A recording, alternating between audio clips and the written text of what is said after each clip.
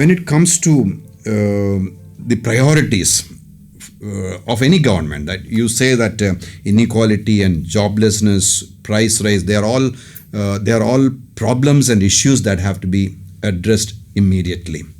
Now, do you expect the stronger opposition this time to play a better and constructive role towards governance and the future of the Indian economy and the society?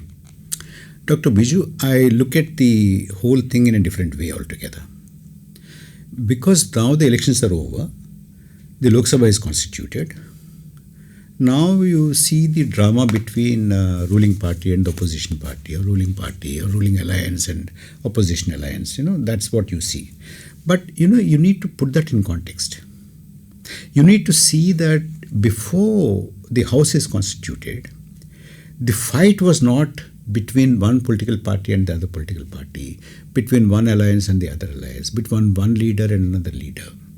It was a fight between the Modi regime, the NDA, and the Modi-led BJP on the one side, Okay, sir.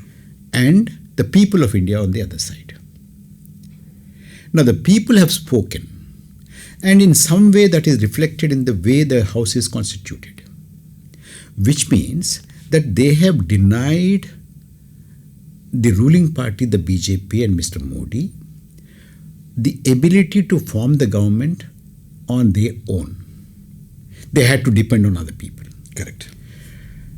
And, that is a huge lesson. Okay. And one thing is for the ruling dispensation to understand that verdict, as we spoke about it a little while ago. The other one is for the opposition alliance to understand where do they stand, Okay. why are they there, Okay. why are they there in that kind of a number, Okay. which they were not earlier. So which means if they really carry out the instructions of the people, or instructions that are embedded in the message, in the Yes. verdict, then they will have to play a very, very vigilant role, very active role, a role of a watchdog, a role of a questioner, role of somebody who makes the government day in and day out accountable. Okay. And I wish, and I have a little hope, because you see, the ruling party may not heed to the verdict, because they are now in government. They think everything is what it was for the last 10 years, although it is not. But the opposition alliance probably will realize, because the multiple voices. Now you see, the ruling party earlier used to keep the bullseye on the back of just one person, Rahul Gandhi, and Yes. try to shoot. But today, because of the alliance, you have multiple voices from different parts of the country who are going to be very, very vocal. So their attention has to be spread across the spectrum. Correct. So I feel that the opposition alliance is going to play a very active part, Okay. and the demand from the civil society is going to be much more. And the civil society during the run-up to the elections was very active. And my feeling is, because I'm also in touch with many groups that are working, Okay. are still active, and they'll continue to be active. Okay. And that kind of a demand on both the government as well as the opposition Okay. is going to be huge. Okay. You mentioned about the role of the civil society. Before I come to that, one quick question on the opportunities and the possibility for the opposition bloc. Now, you are mentioning that there are different parties, different leaders, instead of the earlier one leader against the whole governmental setup. You have several leaders.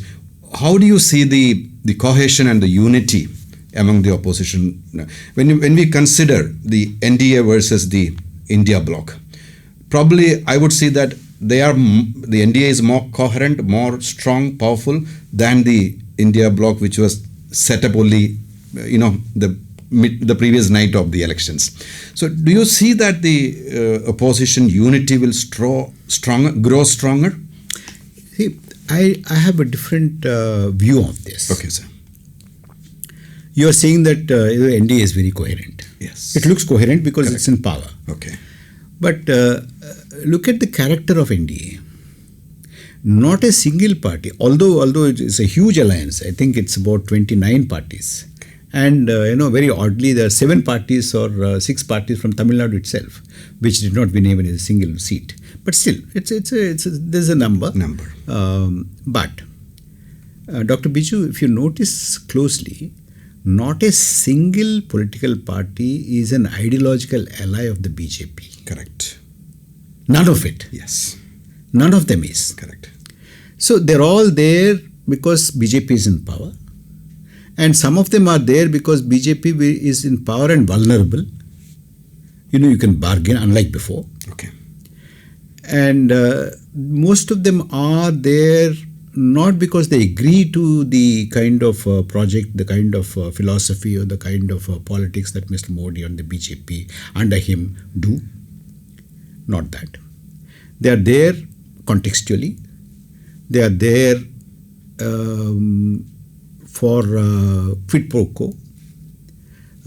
In a way, an opportunistic alliance. Yes. Inconvenience. So, it's a convenience, contextual, give and take, Correct. realpolitik. Correct. So therefore, I do not consider the NDA a very strong alliance. On the contrary, in response to that, it is the civil society which rose against that regime. And, in the fight between the civil society and the Modi regime, the beneficiaries happen to be the India Alliance. Okay. It is not as a result of the India Alliance efforts that you see these results. Okay. India Alliance is merely a beneficiary of the efforts of the general civil society. I understand. Okay. Now, in that case, the opposition to the government is not merely in the house. Okay. A large part of it is in the civil society outside the house. Okay. Which means that the large amount of opposition that is there in the civil society will keep the India bloc necessarily cohesive and in a fighting spirit. Okay. They cannot escape that. Great. That is my feeling. So you would expect, the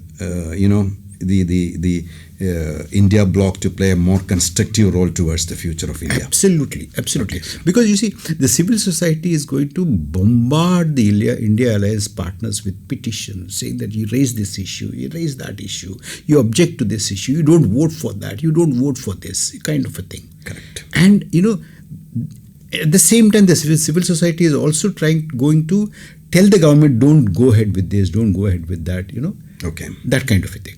Which means that the India bloc is going to be under tremendous pressure to stand up for not their parties, respective parties, but in order to stand up for the civil society's demands. Okay. Which means that the opposition is not going to be a supplier of opposition to the people. Okay. They are going to be executors of the demand from the civil society. Got it, sir. Thank you very much for that different view, put it explicitly, sir. Now, coming to the civil society and the social media platforms, when the mainstream media, both visual as well as others, printed media. In fact, my view is that during the last few years they have been failing to communicate what's going on in the country to the people of the country. Now, in that situation, in that grave kind of a situation, I believe it is the civil society and the alternative social media which came up and passed a very clear message to the voters, to the people.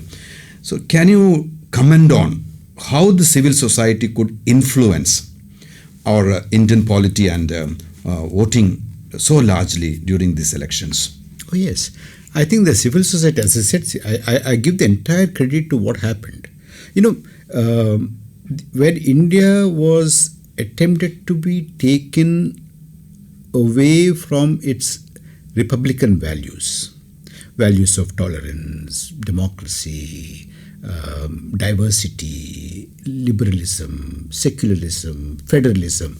When this ruling dispensation has attempted to take India away from these towards a theocratic Hindu Rashtra kind of a thing, the civil society is the one which stopped this regime in its tracks.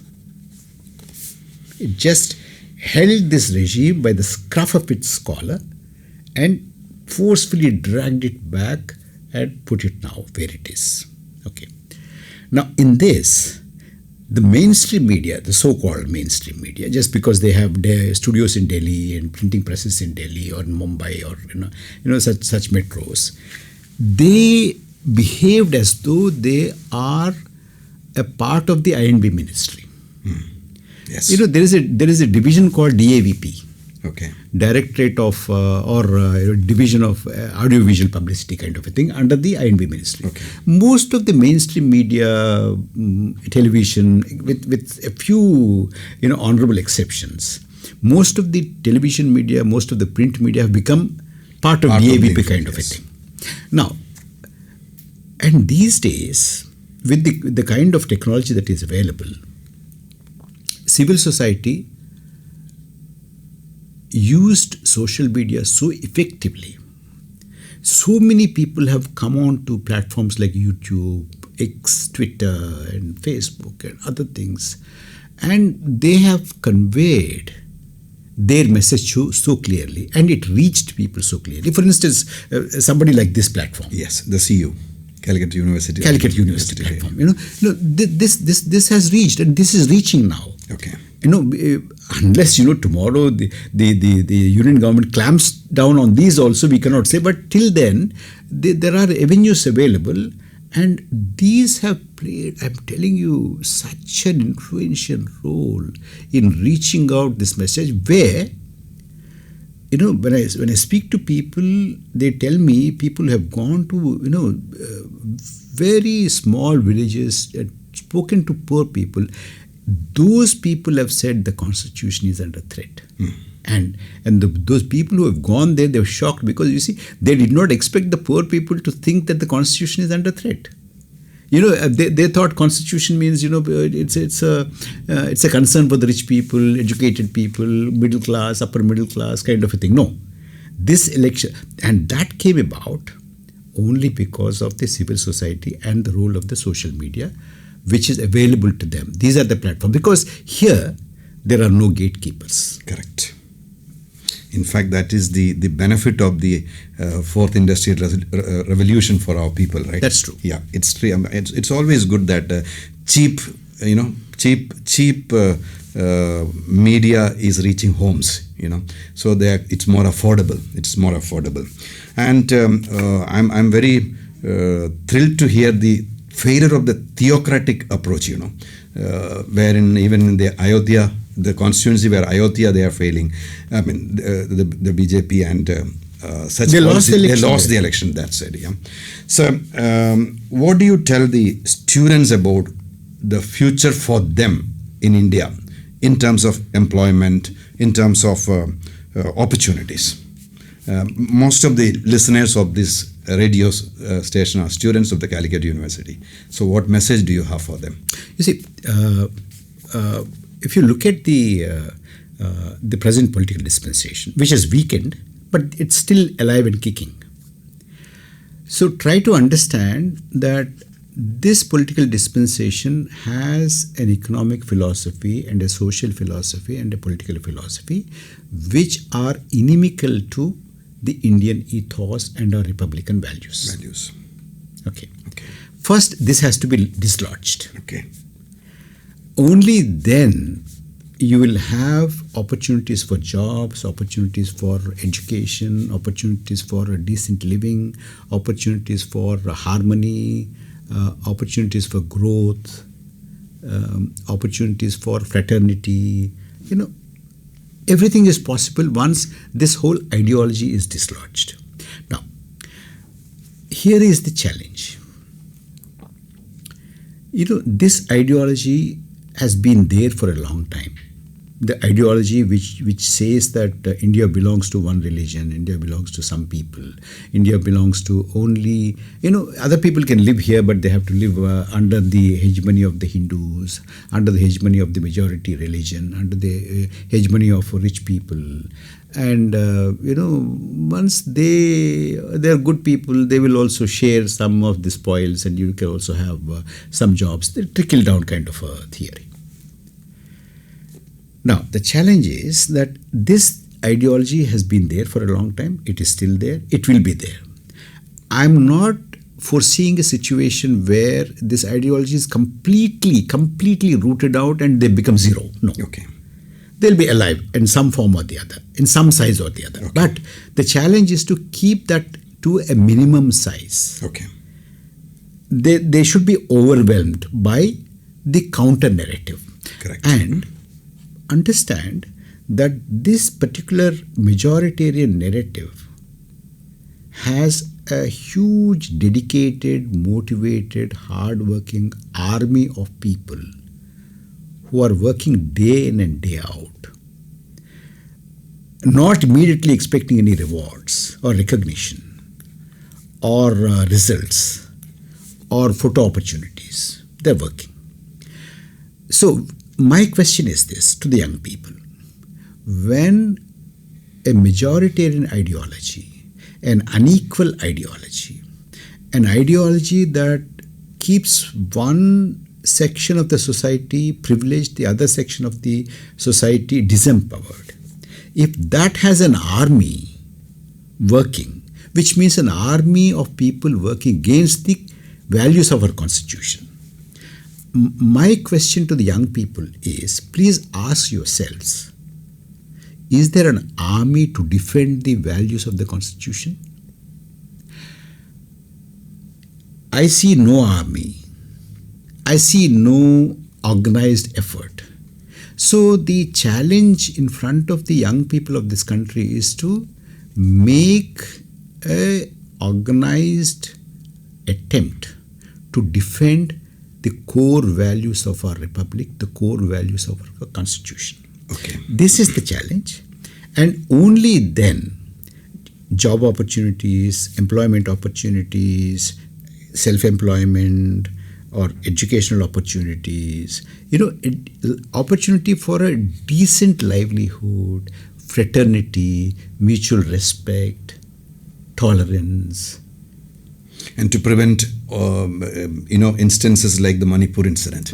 Yeah, it could happen anywhere. You see, look at what is happening in Manipur, what has been happening in Manipur. It is happening there. It's happening for the last more than 1 year. May 3rd was the first anniversary. Yes. Now we are today on 28th of June. Yes.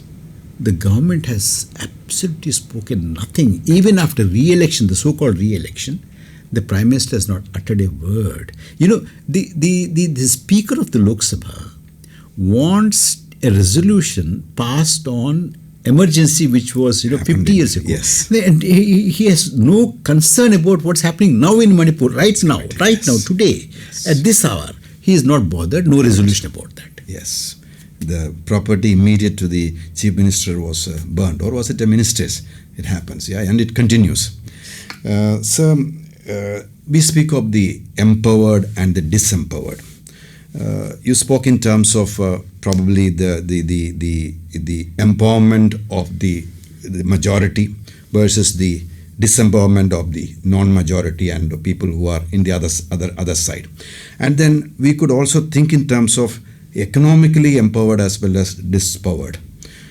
I would see that, and in fact, in your first discourse on one of my questions, you mentioned that about the crony capitalism, the 5 airports that have been offered, which satisfies everybody, that kind of a development. I would like to take your attention to what's going on in the real growth. I see that there is a lack of benefits of growth. You use the word trickling down. In the kind of strategy which we have, it is not really trickling down. All the issues, problems, challenges faced by the people are more than the benefits that they get. So how would you see during this next 5 years of this government's rule, would there be any change in strategy in that regard? Reduce the inequality. You yourself mentioned about inequality and the other problems. Create employment. Would there be a very, very specific targeted attack on these issues by the government, especially the fact that they are a coalition government depending on a set of other political parties, new friends basically? What would be your take on that, sir? Dr. Biju, if the government heeds to the message that is embedded in the 2024 verdict, definitely the direction would change. Okay.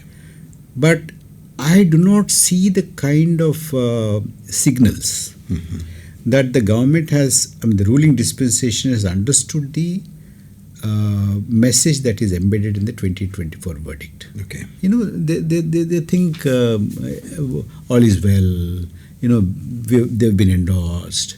They're at least pretending that way. Yes. They're forced. As I say, it's a very immature way of it. It's like children, even after falling down, they would get up and say nothing has happened. Yes, correct. Yeah.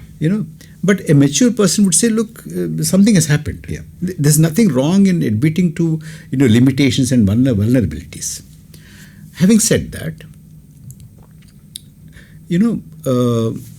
the hardships in the day-to-day lives of people, the lived experience of people, if not today, tomorrow, that will force the government to change their tack. Okay. This large-scale unemployment, large-scale rural distress, and somebody is spending 1,000 crores for a pre-wedding event. These cannot coexist any longer. It is obscene. It definitely makes a lot of people uncomfortable. So these messages will willy-nilly reach the government. Government will have to heed to this. And the point is, can you really sustain this kind of an economic model forget long term, even in the medium term? Can you do that? Because you see, when you have so much of unemployment, which means people have no incomes, no livelihoods, which means that their spending power is very less, or no spending power. If no spending power, and you boast about 7.2% economic growth, then where is it coming from? And if at all, that's a very contested figure. You're a student of economics, yes, Dr. Biju. If the national consumption is about 3%, correct, how can it be? I can understand if there is a deviation of 0.5% to 1%. That's the internationally accepted kind of a deviation. Correct. But which means that the GDP growth could have been maximum 4.5% if 3% is the consumption. If you say that is 7.2%.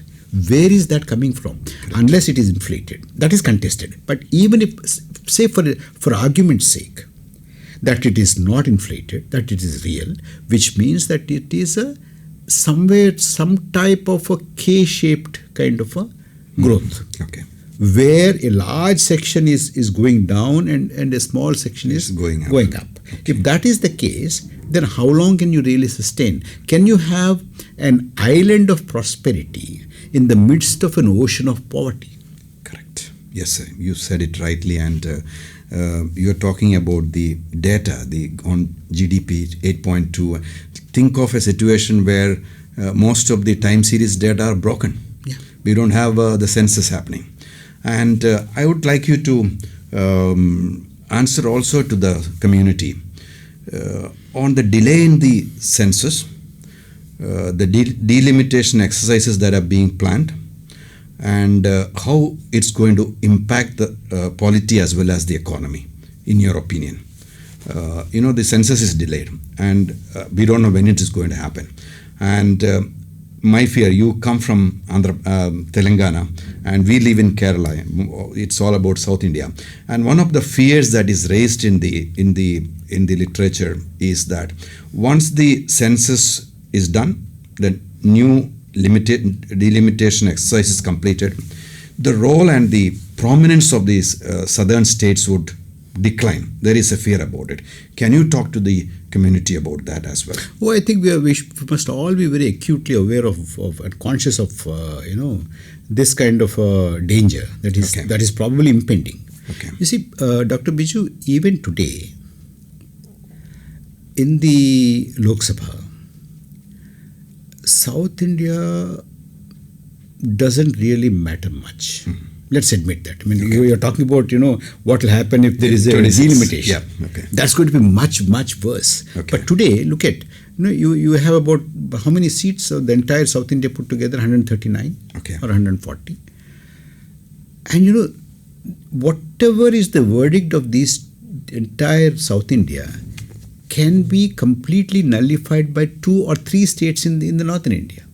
Uttar Pradesh, Bihar and Madhya Pradesh can just knock off the entire South Indian states verdict. Okay. So, which means that South India as it stands today already stands disempowered. Okay. It becomes empowered only if there's a huge stratification in the political opinion of the northern Indian states. In the absence of that, South Indian political opinion doesn't really count.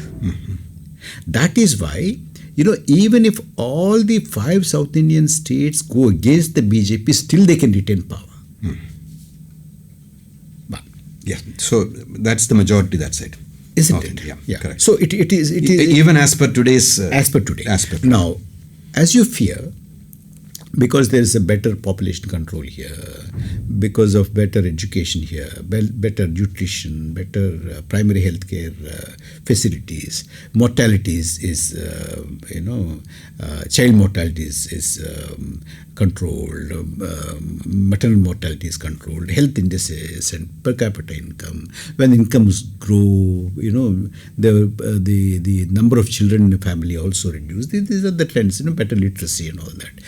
Whereas in many North Indian states, it's the other way around, where the population has been growing. That is the reason why the weightage that is given to the population is controlled as per for devolution of funds and for delimitation, determining the number of seats, etc.